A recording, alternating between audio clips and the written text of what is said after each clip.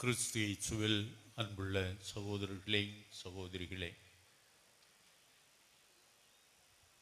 இந்த பங்கின் பாதுகாவலராகிய புனித யோசேப்பின் பெருவிழாவை மகிழ்ச்சியோடு கொண்டாடி முப்பெரும் விழாவாக நிறைவு செய்கின்ற இந்த நல்ல நாளிலே பாதுகாவலராகிய புனித சூசேப்பரின் துணை பரிந்து பேசுதல் என்றும் உங்கள் அனைவருக்கும் கிடைக்க வேண்டும் என்று அவரை இறந்து மன்றாடுவதற்காக இத்திருப்பலியின் வழியாக அவரை போற்றி போடுகின்றோம். அன்புக்குரியவர்களே, சிறப்புமிக்க இந்த பங்கு மறைபரப்பு பணியாளர்கள் பிரான்சிஸ்கன் சபையினரால் 480 ஆண்டுகளுக்கு முன்பே இந்த பகுதியில் அவர்கள் வாழவும் பக்கத்தில் இருந்த பங்குகளுக்கு சென்று, அன்று பங்குகளாக இல்லாமல் இருந்தாலும் ஊர்களுக்கு சென்று இறைவன் தந்த நற்செய்தி அறிவிப்பவர்களாக செயல்படுகின்ற சிறப்பு மிகுந்த இடமாக இறைவனுடைய கருணையால் இது உருவாக்கப்பட்டது. பங்கு என்று சொல்லுகின்ற பொழுதே 175 ஆண்டுகளுக்கு முன்பே பங்காக உருவாக்கப்பட்ட பெருமை இந்த பங்கிற்கு உண்டு. இந்த ஆலயம் கூட அர்ச்சிக்கப்பட்டு 125 ஆண்டுகள் நிறைவு காண்கின்ற மகிழ்ச்சியில் விழா கொண்டாடுகின்ற அன்புக்குரியவர்களை, உங்கள் அனைவருக்கும் சிறப்பான பாராட்டுக்களையும் வாழ்த்துக்களையும் சொல்வதோடு, விழா கொண்டாடுவது, முப்பெரும் விழா கொண்டாடுவது என்று சொல்லுகின்ற பொழுதெல்லாம் நாம் யாரை பின்பற்றி அவர்களுடைய வாழ்வை கண்டு பாவிக்கின்றவர்களாக செயல்பட வேண்டும் என்று ஆழ்ந்து சிந்திக்கின்ற மனப்போக்கமுடையவர்களாக நம்மை இந்த பெருவிழா மாற்றுகின்றது. இன்று கேட்ட வாசகங்களை பற்றி சொல்லுகின்ற பொழுதே, முதல் வாசகத்திலே எவ்வாறு இறைவனோடு உள்ள தொடர்பில் நெருங்கி நிலைத்திருக்க வேண்டும் என்று ஜெபிப்பதற்காக இறைவன் இயேசு இந்த உலகிற்கு கொண்டு வந்த நற்செய்தியை அறிவிப்பவர்களாக செயல்படுவது திருத்தூதர்களின் அடிப்படையான சிறப்பான பணி என்றும், சாதாரணமாக கிரேக்கர்களுக்கும் யூதர்களிடையே இந்த வித்தியாசமான மனப்பான்மையிலே பகிர்ந்துண்ணுகின்ற பக்குவம் சரியாக இல்லை என்று குறைபடுகின்ற பொழுது அதற்கென்றே நல்ல மனம் படைத்தவர்களை தேர்ந்தெடுக்க வேண்டும் என்று செயல்பட வைத்த முதல் வாசகத்தின் கருத்துக்களை கேட்டுக்கொண்டிருந்தோம். தொடர்ந்து புனித ராயப்பர் கூட எவ்வாறு இரண்டாவது வாசகத்திலே நாம் கேட்ட கருத்தை நினைக்கின்ற பொழுது செயல்படுகின்ற முறைகளிலே நடந்து கொள்ள வேண்டிய மனப்பான்மை, நம்மில் காணப்பட வேண்டிய மனப்பக்குவம் எப்படி அமைந்திருக்க வேண்டும் என்பதை எல்லாம் சொல்ல கேட்டோம். நற்செய்தியிலே இறைவனுடைய உடனிருத்தலை பெற்றவர்களாக நாம் மாறுகின்றோம். ஆண்டவர் இயேசுவே தன் தந்தையோடு எவ்வாறு ஒன்றித்திருக்கின்றார் என்பதையும், அவரின்றி இவர் தனியாக செயல்படுவதில்லை என்பதையும் தெளிவுபடுத்துகின்ற வார்த்தைகளை கேட்ட பொழுது, தந்தை எங்களுக்கு காட்டும் என்று கேட்ட புனித பிலிப்பு இடத்தில் ஆண்டவர் சொன்ன வார்த்தைகள், என்னை காண்கின்றவன் தந்தையை காண்கின்றான். என் செயல்பாடுகளில் இருந்தாவது நீங்கள் அதை புரிந்து கொள்ள வேண்டும் என்பதை தெளிவுபடுத்துகின்ற வார்த்தைகள் இன்று குறிப்பாக நம் ஒவ்வொருவருக்குமே நினைப்பூட்டப்படுகின்றது. அன்புக்குரியவர்களே, அற்புதங்களையும் அதிசயங்களையும் செய்த ஆண்டவர் நடந்து கொண்ட முறைகள் மனிதர்களால் செய்யப்பட முடியாது என்பதை தெளிவுபடுத்துகின்ற கருத்துக்களாக மட்டுமல்ல, இறைவனோடு நெருங்கி இருக்கின்றவர்கள், இறைவனோடு ஒன்றித்திருப்பவர்கள் எவ்வாறு நடந்து கொள்ள முடியும் என்பதை தெளிவுபடுத்துகின்ற கருத்தாக அமைந்திருக்கின்றது. இன்று அன்புக்குரியவர்களை, குறிப்பாக நம் பாதுகாவலரை பற்றி சிறப்பாக ஒரு சில வார்த்தைகளை சொல்ல விரும்புகின்றேன். புனித சூசேப்பரை ஆண்டவர் தேர்ந்தெடுத்து செயல்படுவதற்காக இந்த உலகிலே மனிதனாக தோன்றி மனிதனுடைய மீட்புக்கெல்லாம் துவக்கமான நிகழ்வுகளின் காலத்தில் இருந்தே எவ்வாறு ஆண்டவர் நம் பாதுகாவலராகிய புனித சூசேப்பரை தேர்ந்தெடுத்து செயல்பட்டார் என்பதும், அவருடைய மனநிலை எவ்வாறு அமைந்திருந்தது என்பதையெல்லாம் நாம் நன்கு அறிந்திருக்கின்றோம். எத்தகைய மனப்பான்மையோடு அவர் செயல்பட்டார் என்று சொல்வதற்காகத்தான் இன்று குறிப்பாக அவருடைய இறை நம்பிக்கையையும் அவருடைய தாழ்ச்சியான மனப்பான்மையும் கண்டு பாவிக்கின்றவர்களாக நாம் மாற வேண்டும் என்ற சிந்தனையை இன்று சிறப்பாக நாம் ஆழ்ந்து உணர்ந்து கொள்வதோடு மட்டுமன்று, வாழ்வில் கடைபிடிக்கின்றவர்களாக மாற வேண்டும் என்பதை தெளிவுபடுத்துகின்ற கருத்துக்கள் நமக்கு சொல்லப்பட்டன. புரிந்து கொள்ளாத நிலை ஏற்படுகின்ற பொழுது, தெளிவு பெறாதவர்களாக நாம் இருக்கின்ற பொழுது, இறைவனுடைய உதவியை நாடுகின்றவர்களாக நாம் மாறுகின்ற பொழுது, நமக்கு கொடுக்கப்படுகின்ற வெளிச்சம், தெளிவு, ஆண்டவர் என்ன செய்வதற்காக எவ்வாறு நடந்து கொள்கின்றார் என்பதை கண்டுகொள்கின்றவர்களாக நாம் மாறுவோம்.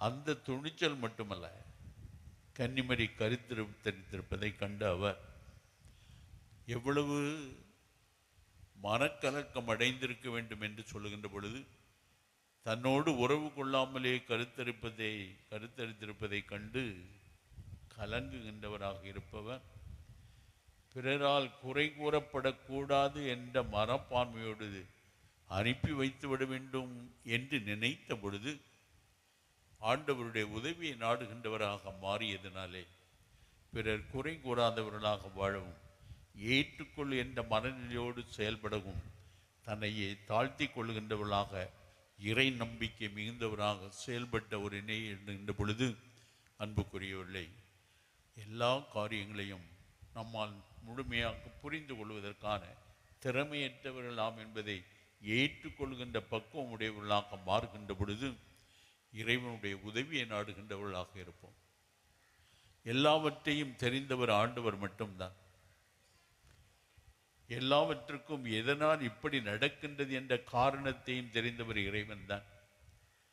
அறிந்து கொள்ளாதவர்களாக இருக்கின்ற நாம், முழுமையாக புரிந்து கொள்வதற்கான திறமையற்றவர்களாக இருக்கின்ற நாம், இறைவனுடைய உதவியை நாடுகின்றவர்களாக மாறுகின்ற பொழுது எவ்வாறு அது நமக்கு வெளிப்படுத்தப்படுகின்றது என்பதை இன்று முதல் கருத்தாக புரிந்து கொண்டு செயல்படுகின்ற மக்களாக நாம் மாறுவோம் என்றால், எப்படி இந்த நாட்டிலே, இந்த பகுதியிலே உண்மையான அமைதியையும் இறை நம்பிக்கையில் மற்றவர்கள் வளர்வதற்கு துணை புரிகின்ற கருவிகளாக நாம் ஒவ்வொருவருமே மாற முடியும் என்பதை குறிப்பாக புரிந்து கொள்கின்றவர்களாக மட்டுமல்ல, வாழ்வில் நடந்து கொள்கின்றவர்களாக. இன்று நற்செய்தியிலே கேட்டது போல, நான் யார் என்று நீங்கள் அறிந்து கொள்வது என்னுடைய வார்த்தைகளால் மட்டுமல்ல, நான் ஆற்றுகின்ற செயல்களில் இருந்தாவது என்னை யார் என்று நீங்கள் அறிந்து கொள்ளுங்கள், யாரோடு இணைந்திருக்கின்றேன் என்பதை ஏற்றுக்கொள்ளுங்கள் என்று சொன்ன ஆண்டவருடைய வார்த்தைகளை திரும்ப திரும்ப நினைப்பூட்ட விரும்புகின்றேன்.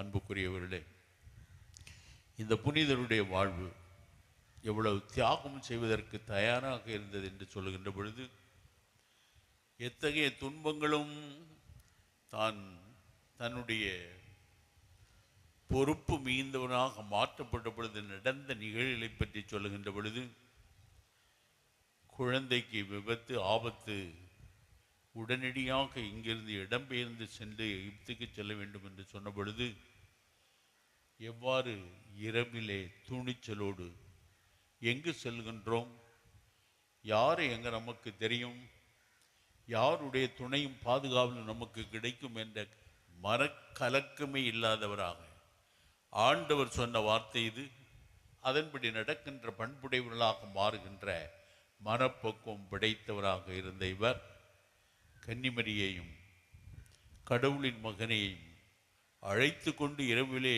இடம்பெயர்ந்து நாடு கடந்து செல்கின்ற மனப்பக்குவம் உடையவராக மாறியதை நாம் அறிவோம்.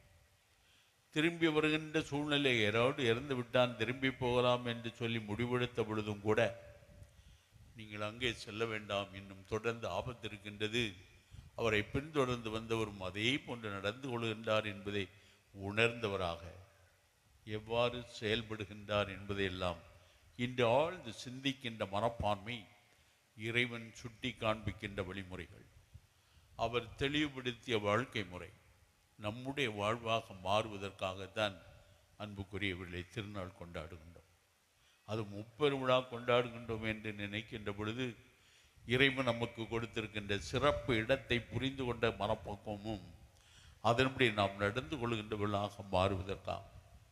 அன்புக்குரியவர்களே, ஒரே ஒரு நிகழ்ச்சியை நாம் இதுவரை நினைப்பது, ஆண்டவர் இயேசு முதலிலே செய்த அற்புதம், கானா நாட்டிலே கல்யாணத்திலே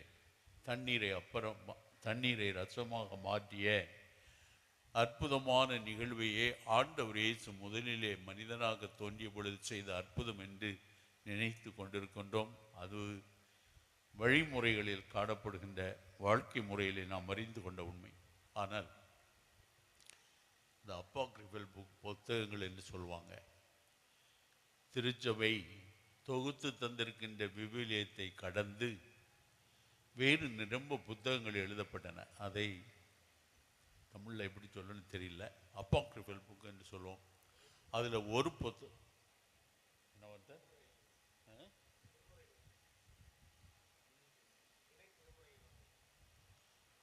இணை திருமுகங்கள் அப்படின்னு சொல்லிட்டு பின்னால் இருந்து ஒலிக்குது. இந்த வார்த்தைகளை சொல்லும்போது அதில் ஒரு புத்தகத்தில் புனித சூசைப்பர் நடந்து கொண்ட ஒரு அற்புதமான நிகழ்வை உங்களுக்கு சொல்லவிருக்கிறேன். கேட்டிருப்பீங்களோ இன்னும் தெரியலை. எகிப்துக்கு சென்ற பொழுது சூடான நாட்கள், இப்போ ரொம்ப சூடாக தான் இருக்குது.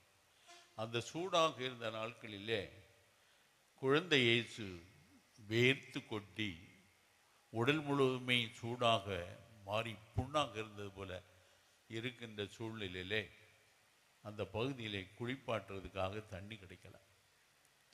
ஒரு வீட்டில் போய் தண்ணி கேட்டாங்க, குழந்தைய குளிப்பாட்டணும்.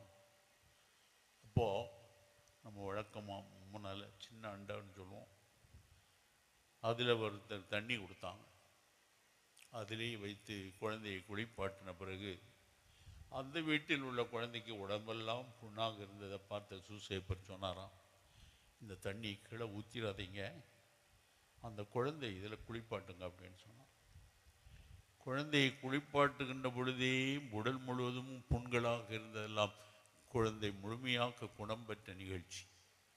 அதான் புனித சூசைப்பர் முதல்ல குழந்தை இயேசுவை செயல்படுவதற்காக அற்புதமாக செயல்பட செய்த நிகழ்ச்சி என்று சொல்லுவோம். நிறைய பேர் மனசால் புண்பட்டுருக்கிறீங்க. உடலில் ஒருவேளை புண்பட்டவங்க ரொம்ப குறைவாக இருப்போம். நம்ம இன்றைக்கி நம்முடைய உள்ளத்தை கழுவணும். புனித சூசைப்பருடைய பரிந்து பேசுதலால் குணம் பெற்றவர்களாக மாறி உடல்நலம் பெற்றவர்களாக மட்டுமல்ல, உள்ளத்தாலும் இறைவனோடு ஒன்றித்திருக்கின்ற அருள் கொடைகளை பெற்றிருக்கின்ற நாம் திருமுழுக்கினால் கிறிஸ்துவோடு ஒட்டப்பட்டு கிறிஸ்துவும் தந்தையும் ஒன்றாக இருப்பதை அறிவுறுத்துகின்ற வார்த்தைகளை கேட்ட நாம் இறைவனோடு என்றும் இணைந்திருக்கின்றோம் என்ற மனப்பக்குவத்தோடு நாம் தகுதியற்றவர்களாக நம்மை இறைவன் இணைத்திருக்கின்றார் என்ற தாழ்மையான மனநிலையும் அவரோடு ஒன்றித்திருக்கின்றோம் என்பதை உணர்ந்து கொண்டவர்களாக மாறுகின்ற பொழுது நம்மிடத்தில் காணப்பட வேண்டிய உண்மையான உறுதியான நம்பிக்கை எவ்வாறு நம்மை செயல்பட வைக்க வேண்டும் என்பதையும் ஆழ்ந்து சிந்தித்து தொடர்ந்து செயல்படுகின்ற மக்களாக வாழ்வதற்காக இறைவன் நமக்கு தந்திருக்கின்ற வாய்ப்பு. நாம் எதிர்பார்ப்பது போல நிரம்ப அற்புதங்களை இந்த உலகிலே இன்றும் தொடர்ந்து செய்து கொண்டிருக்கின்ற நம்முடைய பாதுகாவலுடைய பரிந்து பேசுதல் நமக்கு உண்டு என்ற நம்பிக்கையிலும் செயல்படுகின்ற மக்களாக மாற விழா கொண்டாடுகின்ற முப்பெரும் விழா கொண்டாடுகின்றவர் நம் அனைவருக்கும் இறைவன் நிறைவாக புனித சூசைப்பரின் வழியாக ஆசி வழங்குவாராக. ஆமென்.